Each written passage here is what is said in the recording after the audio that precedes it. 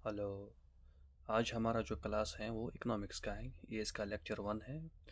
और सबसे पहले मैं बता दूं, ये अकाउंट असिस्टेंट के लिए फाइनेंस अकाउंट असिस्टेंट जो सिलेबस है, लास्ट लास्ट ईयर का सिलेबस है, last finance account assistant syllabus है, ये उसी के हिसाब से फ़िलहाल क्लासेस होंगी जब तक ना सिलेबस आ जाएगा। और मैं बता दूं आपको, ये जो ये जो हमारे नोट्स होंगे ये एग्ज़ाम पॉइंट ऑफ व्यू से होंगे। हम आपको ज़्यादा वो लंबी डेफिनेशंस नहीं पढ़ाएंगे, बस जो एग्ज़ाम में आता है या आएगा हम आपको वही बताएंगे। चलो, पहले जो हमारा ये इकोनॉमिक्स है, इसमें आपके 10 मार्क्स हैं। और इसमें जो हमारा सिलेबस है वो माइक्रो भी है और मैक्रो भी। ठीक, फिलहाल हम माइक्रो स्टार्ट करेंगे पहले, और उसके बाद हम मैक्रो पे जाएंगे। जो चलो हम स्टार्ट करते हैं। जो पहला पहला क्वेश्चन आता है जो एग्जाम्स में आता है वो होता है इकोनॉमिक्स का वर्ड कहाँ से आता है। जो इकोनॉमिक्स का वर्ड है वो आता है इकोनोमिया से। ये ग्रीक वर्ड है। इसका मीनिंग है हाउस होल्ड मैनेजमेंट। इसका मतलब है जो इकोनॉमिक्स है, आप घर में जो भी काम करते हो, या घर में जो आप रोटी लाते हो, बाजार जाते हो, वो भी एक टाइप ऑफ इकोनॉमिक्स है। और दूसरा है इसका आइकोनोमिकास। आइकोनोमिकास, एक तो आइकोनोमिया जो ग्रीक है, आइकोनोमिकास है ये शायद जर्मन है। और इसका जो इकोनॉमिक्स है ऑन द होल, जो इसका फादर है वो एडम स्मिथ है। इसका फादर है। इसने एक बुक लिखी थी वेल्थ ऑफ नेशंस 1776 में। ये भी इंपॉर्टेंट है, ये भी आप याद रखेंगे।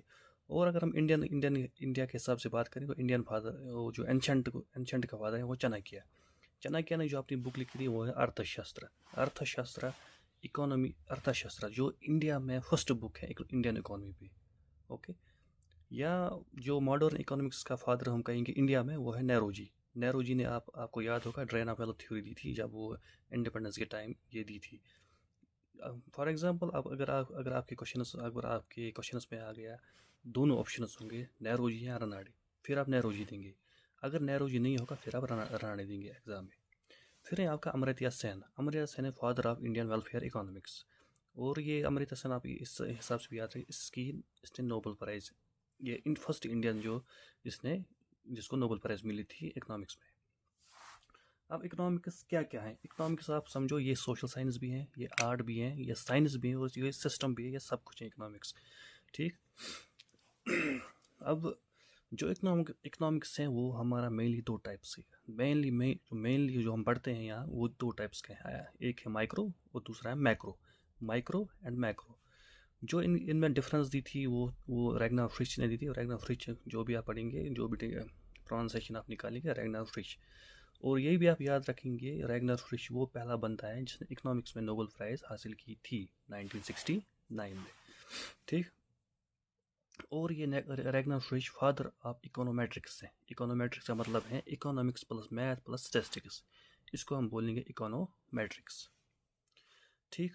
चलो, माइक्रो एंड मैक्रो इकोनॉमिक्स, इसकी जो क्लासिफिकेशन आई थी वो आई थी 1933 में। और वो क्यों आई थी?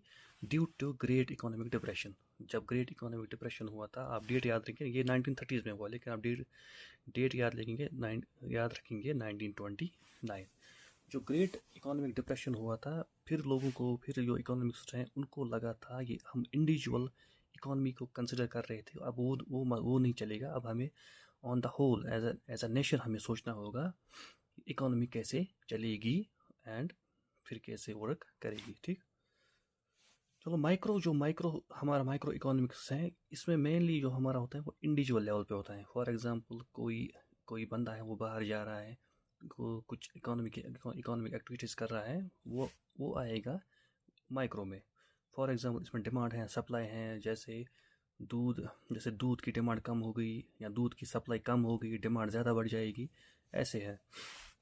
जो फादर ऑफ माइक्रो इकोनॉमिक्स है वो है एडम स्मिथ। Adam Smith. और ये भी आप याद रखेंगे, जो एडम स्मिथ है वो है रिलेटेड टू कैपिटल इकोनॉमी। ये भी क्वेश्चंस आते हैं, वो है रिलेटेड टू कैपिटल इकोनॉमी। ठीक। अब हम चलेंगे मैक्रो इकोनॉमिक्स पे। मैक्रो इकोनॉमिक्स आप समझो, जो एज ए नेशन हम ये इकोनॉमी पढ़ेंगे, उसके इसको कहेंगे हम मैक्रो इकोनॉमिक्स। ठीक। देखो, ये रीजनल इकोनॉमिक्स है। ठीक। जो इसका फादर है वो है जे एम कीन्स। क्या नाम है उसका? जे एम कीन्स। और जे एम कीन्स आप याद रखिए वो रिलेटेड टू है मिक्सड इकोनॉमी। ये क्वेश्चन आता है और आया भी था, ये जो एसआई का वो एग्ज़ाम हुआ था उसमें ये आया था, जेएम कीन्स, कीनेशियन इकोनॉमी। और जेएम कीन्स है, उसकी जो बुक है journal theory of employment interest and money, ये उसकी बुक है। आप बुक्स भी याद रखेंगे, बुक्स भी इंपॉर्टेंट है, जैसे वेल्थ ऑफ नेशंस और ये जर्नल थ्योरी ऑफ एम्प्लॉयमेंट है। ठीक। अब जो फादर ऑफ माइक्रो इकोनॉमिक्स हैं वो है एल्फ्रेड मार्शल या एडम स्मिथ, और जो मैक्रो का फादर है वो है जेएम कीन्स। ठीक। और ये आप ये ट्रांजिशन याद रखिए, ट्रांजिशन क्यों हुआ था माइक्रो से मैक्रो तक, due to great economic depression. Great economic depression क्यों हुआ था वो इम्पोर्टेंट नहीं है, लेकिन आप डेट याद रखें 1929।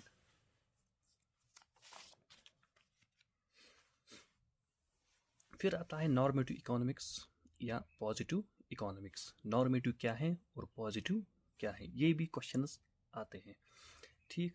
नॉर्मेटिव हम समझते हैं जो आइडियल सिचुएशन होगी, आइडियल सिचुएशन मतलब व्हाट ऑट टू बी, ये आप याद रखें, व्हाट ऑट टू बी। जो यहाँ पे लिखा है व्हाट ऑट टू बी, इसमें लिखा है व्हाई हाउ, ये भी आप याद रखेंगे, ये भी आप याद रखेंगे। जो करंट सिचुएशन है वो रिलेटेड टू है पॉजिटिव इकोनॉमिक्स। अब आप नीचे देखिए थोड़ा, normative economics, economic ideas and opinions, subjective and prescriptive, can not be verified, government should lower rates to help the poor. ये ओपिनियंस देता है, जैसे हम बोलते हैं government should increase the employment, government को वो करना चाहिए या ये करना चाहिए, ये आता है नॉर्मेटिव में।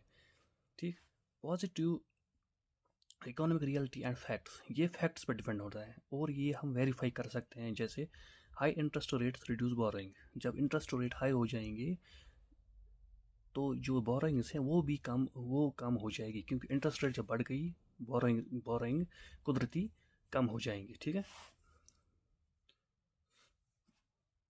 ये आपको मैंने पीछे फर्स्ट बुक ऑन इकोनॉमिक्स, अर्थशास्त्र इंडियन इकोनॉमी, ये चाणक्य ने लिखी थी, सिस्टमिक स्टडी ऑफ, इसका मतलब ये भी क्वेश्चन आया था, जो अर्थशास्त्र है इसका मतलब क्या है, ये भी क्वेश्चन आया था एक बार, systemic study of wealth, statecraft and economic management.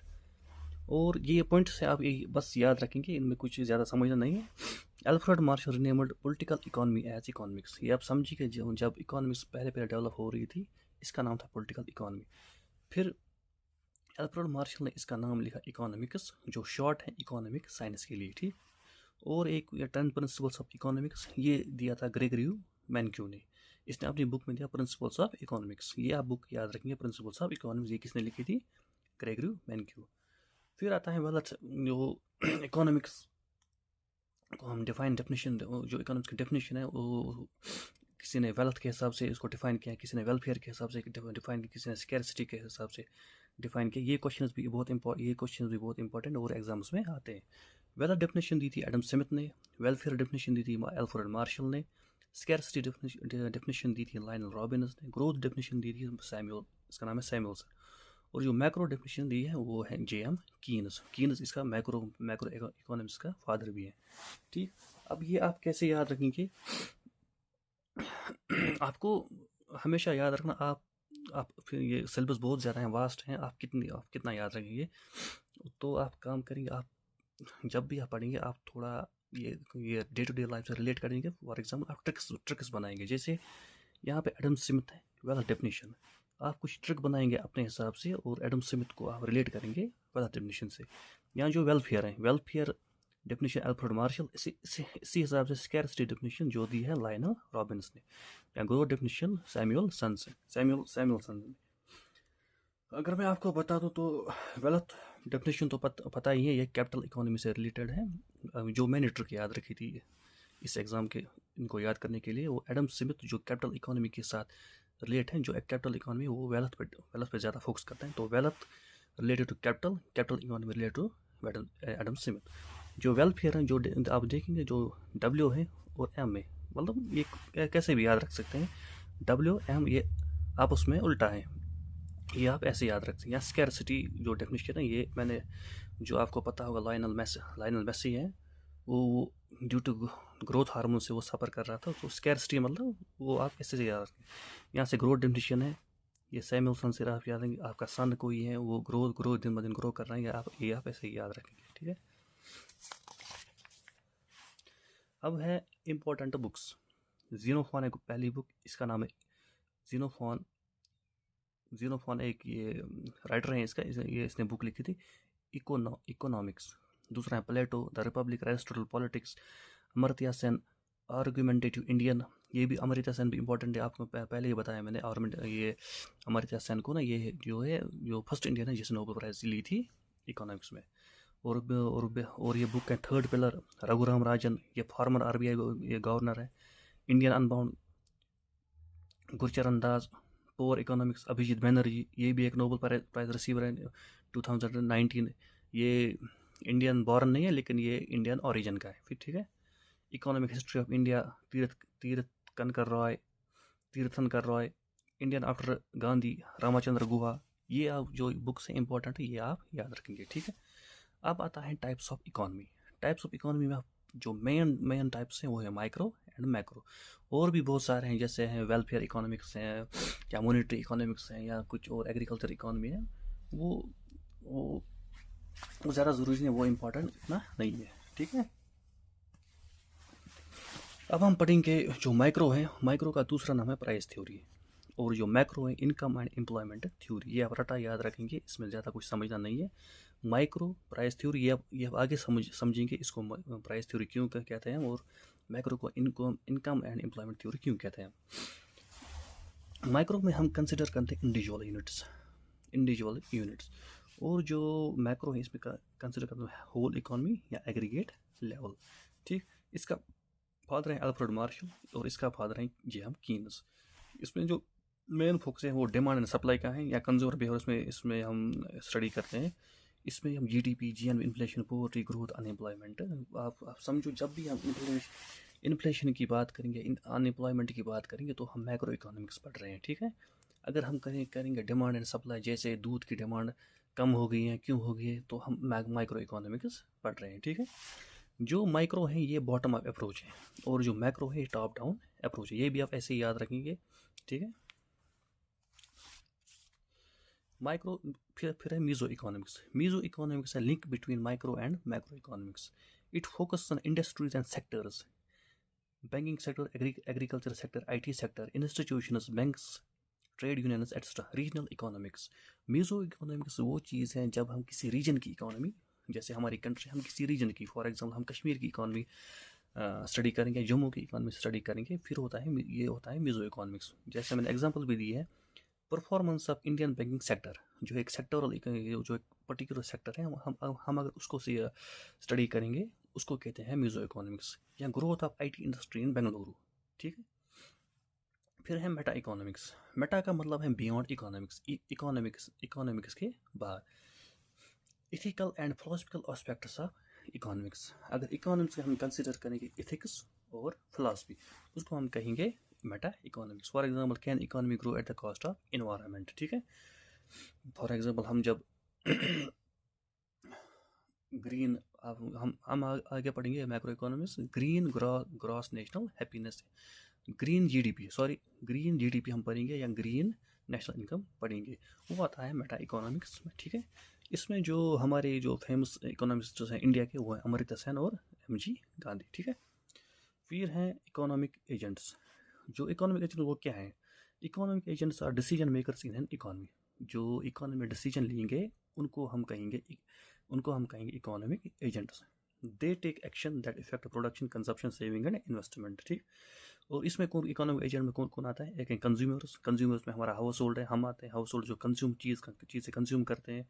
दूसरा है प्रोड्यूसर, जो चीज़ें प्रोड्यूस करते हैं, इसमें फर्म आती हैं। या गवर्नमेंट ये टैक्स लेती हैं या सब्सिडीज़ प्रोवाइड करती हैं वगैरह। और ये फाइनेंशियल इंस्टीट्यूशंस हैं, बैंक्स हैं, ये हमें लैंड मनी करते हैं, या कुछ और, या कॉरपोरेशंस हैं। और फिर है रेस्ट ऑफ वर्ल्ड, ये हमारा फॉरेन सेक्टर है। ठीक है, ये आपका पहला लेक्चर हो गया खत्म। ये बस इंट्रोडक्शन था। अब जो सेकंड लेक्चर होगा, हम उसमें माइक्रो स्टार्ट करेंगे, डिमांड एंड सप्लाई, और भी बहुत कुछ है उसमें, वो हम स्टार्ट करेंगे इंशाल्लाह।